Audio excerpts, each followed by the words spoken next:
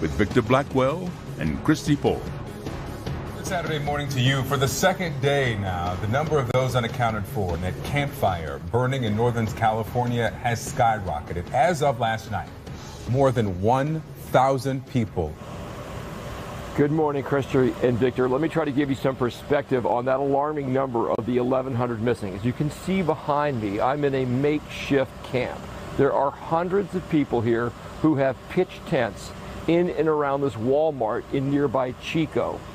Of those missing, the way the sheriff coroner explained it, it's not so much that they're missing, it's that they're unaccounted for or haven't been matched with any sort of call into the sheriff's office from the very beginning of this disaster. He said, which is a rare thing to hear, he wanted reporters to provide context. He wasn't saying they are missing and presumed dead. So what he meant by context, he said, is they're checking every single name that came up in any form of communication to the sheriff's office. So that includes emails, that includes any sort of people walking in off the street, that includes initial 911 calls, and he says in some instances it could be that you have names that are the same person but they were misspelled or mispronounced. So they're running all of that down. As for the fire itself, it is now 50%. But take a look at your screen here. Before and after images of what Paradise used to be and what it has become. That house there, where the only recognizable things are two trees in the front yard now. So look at this. This is one of the many churches in Paradise. And now just the walls and the chimney it's left. The rest of it, a memory for the people who worship there. A do-it-yourself car wash, now destroyed.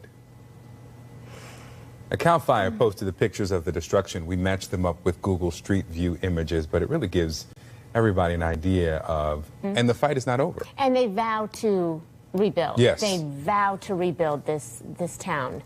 But the work that it is going to take is extraordinary, no doubt about it, because thousands of people in Northern California, I mean, it's just uncertain what their future is. CNN's Kaylee Hartung actually spoke with some wildfire victims who say that they're happy to be alive, but they just don't know what the future holds.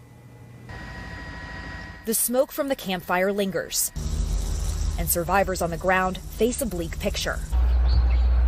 This makeshift campground in a Walmart parking lot is near the remnants of the town of Paradise. Many have lost everything. These survivors are just trying to catch their breath in the smoky air, looking for answers to the question, what's next? Did it burn down or didn't it burn down? And we just don't know. And it's hard to try to figure out your game plan when you don't know your game plan. Anna Goodnight and her husband William rushed out of their home. They were only able to grab medication and some important documents. We saw everything burning down as we were leaving off the hill. That was scary enough. They have no idea if their home is still standing. They're just glad they made it out alive. I hope there is some closure for the families that have lost family, because we've been hearing so many horror stories. But I'm sure it's going to get worse before it gets better. We're living. It's a lot of people that didn't make it. Crystal Stirrup survived Hurricanes Andrew and Irma in Florida. She and her 4 young children were planning to make Paradise their new home. This was the start of the next chapter of your life, putting a down payment on an apartment in Paradise. Yeah, I thought I was gonna, we were all happy, excited. They had actually called us and told us to come next week. It's supposed to be the time we're coming, but everything is gone and I don't know what's the next step. I'm just winging it. Despite facing her own long road to recovery, Crystal's been visiting the people at the camp, offering to help however she can. I can't do anything but one day at a time. It's out of my hands. Stay praying, stay asking the Lord to cover us or just cover them. Make sure they have a safe place to land in all of the situations. The number of missing persons continues to fluctuate. Authorities say it is so difficult to pinpoint the exact number because so many people have been displaced. Paradise, California is a town with a population of more than 25,000 people.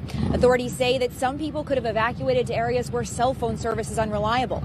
Others could have evacuated and not reached out to family members, so some may not know that people are looking for them. Anna Goodnight, who you just heard me speak with, says she's afraid to look at that list because she's afraid that she'll see names on it She knows. Authorities ask, if you do look at the list, if you see someone's name on it who is safe, please let them know. Otherwise, they will continue to try to account for everyone who they believe to be missing.